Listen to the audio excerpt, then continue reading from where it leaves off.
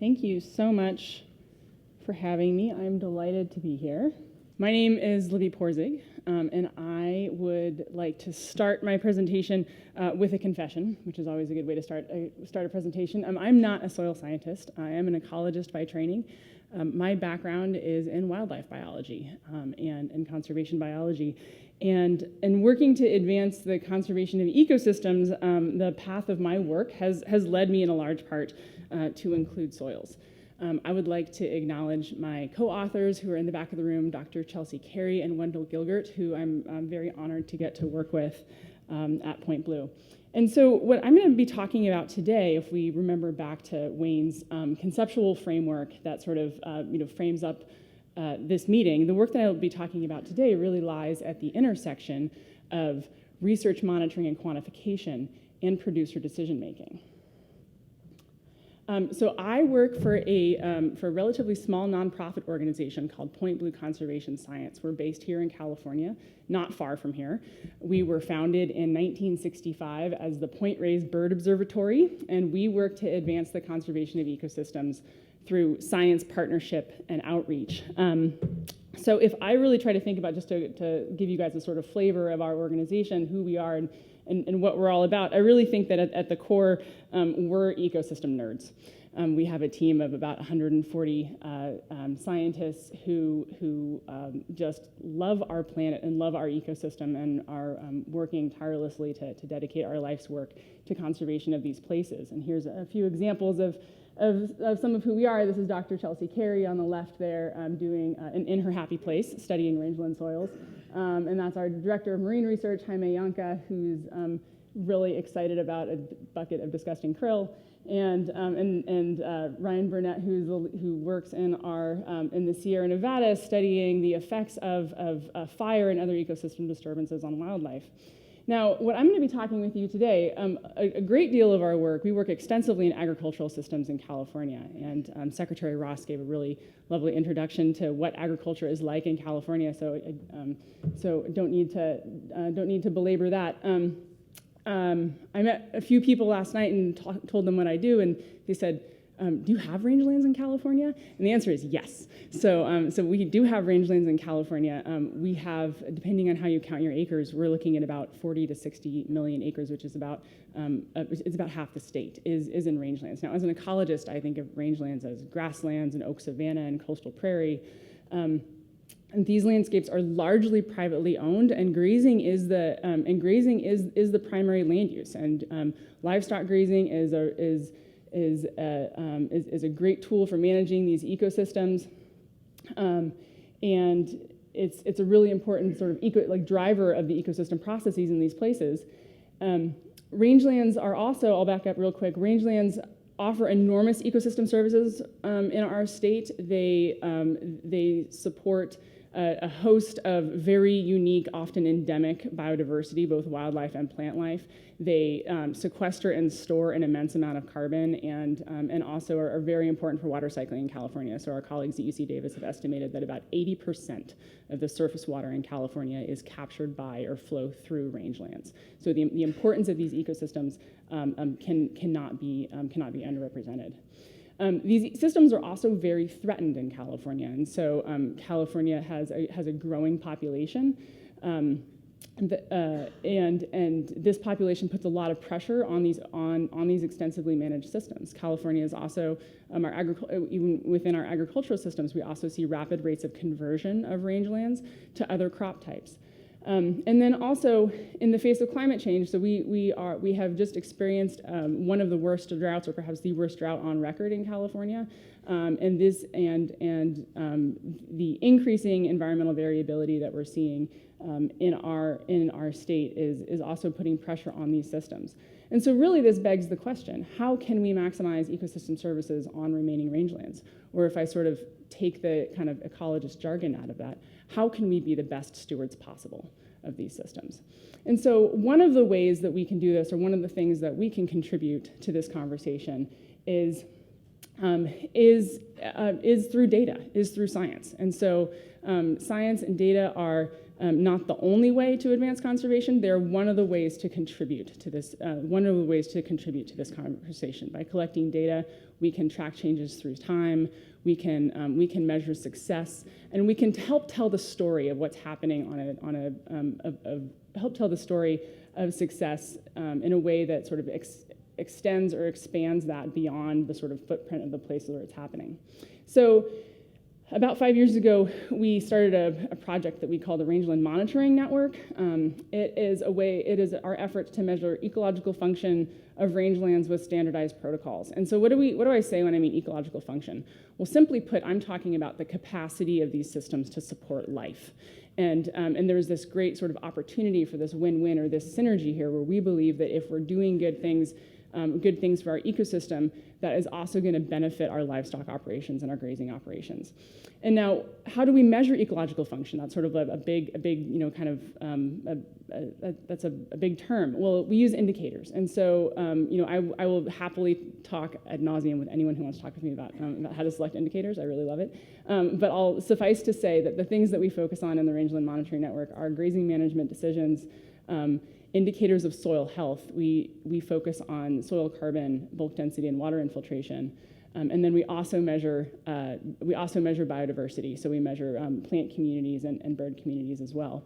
And really, so this is not just sort of collecting data for the sake of collecting data. The idea here is, or our sort of theory of change, is that this effort in collecting data is a really important part of the adaptive management process. Rangelands are incredibly diverse systems.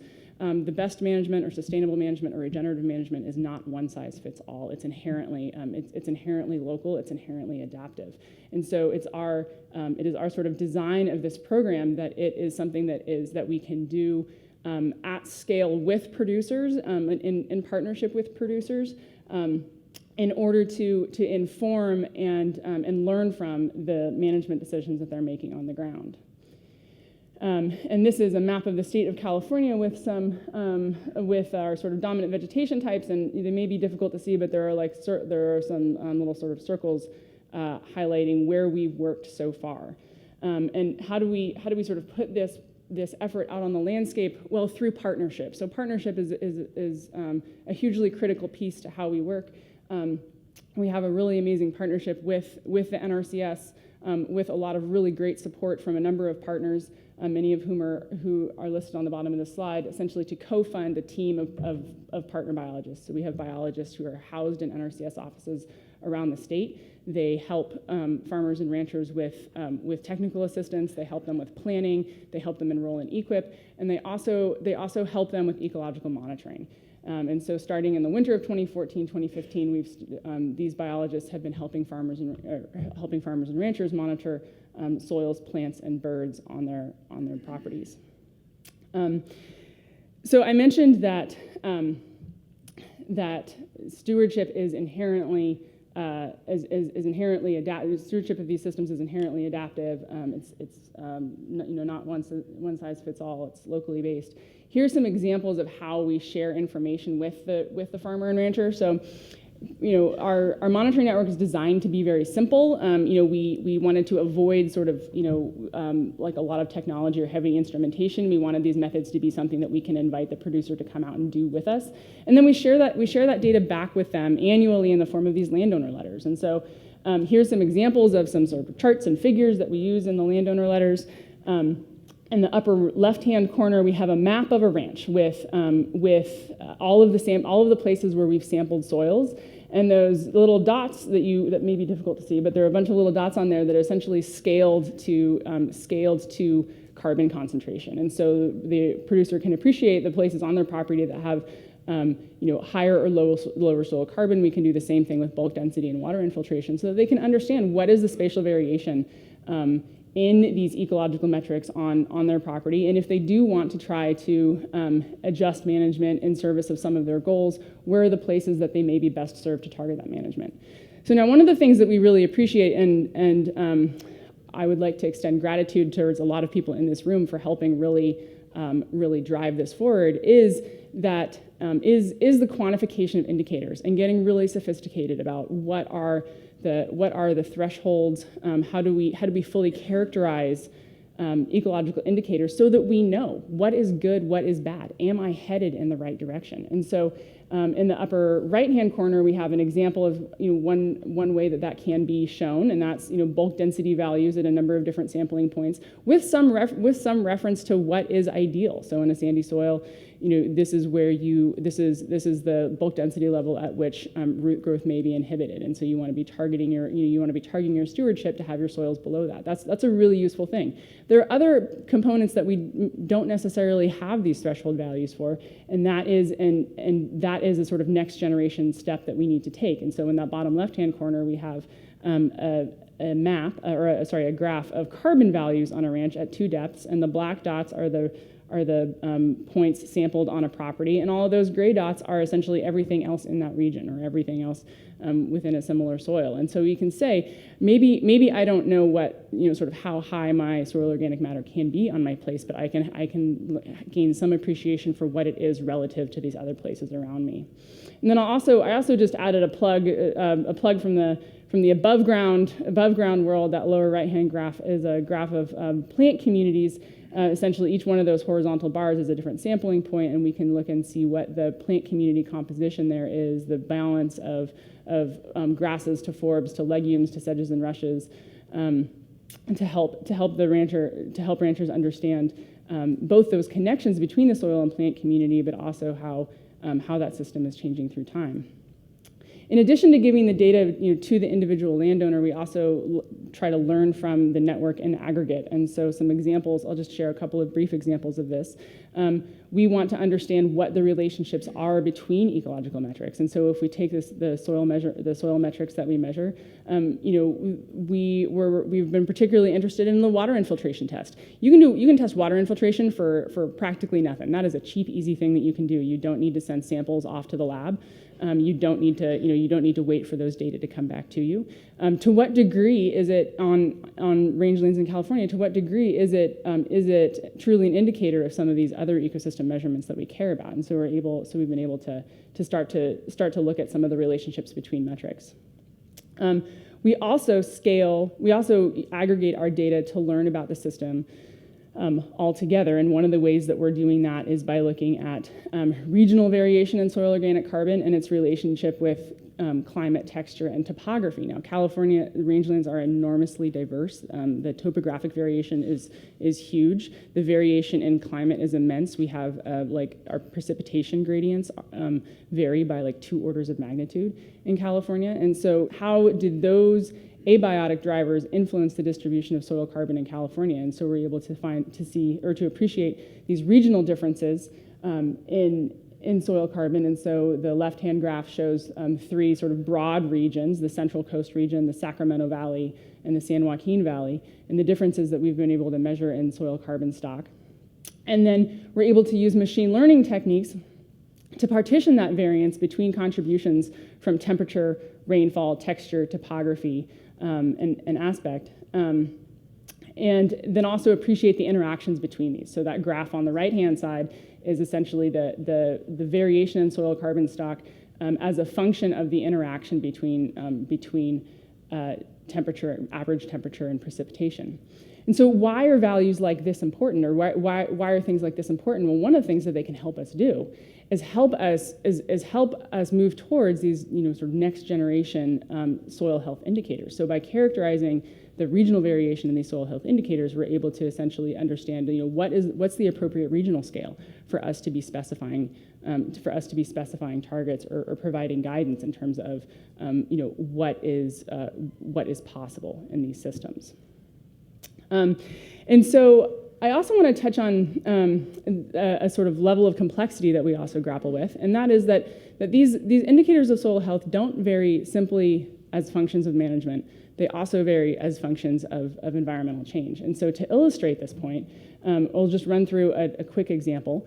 So this is the Palmer Drought Severity Index, and so this is by year. This is for a couple of coastal regions in California, and we essentially see. So many of you may have heard that California has gone through a pretty significant period of drought, and that is absolutely the case. Starting in about 2012, we plunged into a very massive drought, and it's largely been the situation that we've been in for the last couple of years. And we understand in these Mediterranean systems, grassland and oak savanna systems, that in these wetter times, the net ecosystem exchange of carbon in these systems is essentially drives these systems to become a carbon sink.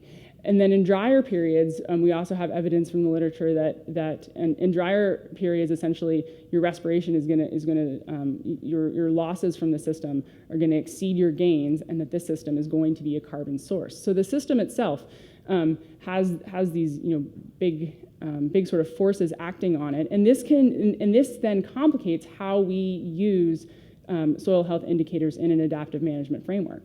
And so just to give you guys a picture of sort of where we have been sampling, like the period of time over which we've been sampling, we look at, we see that we've largely been sampling in a period of drought. And so what does this mean for what we see in terms of changes through time? So this is a graph of change in soil organic carbon at 2 depths. So the x-axis is the 0 to 10 centimeter depth, and the y-axis is the 10 to 40 centimeter depth.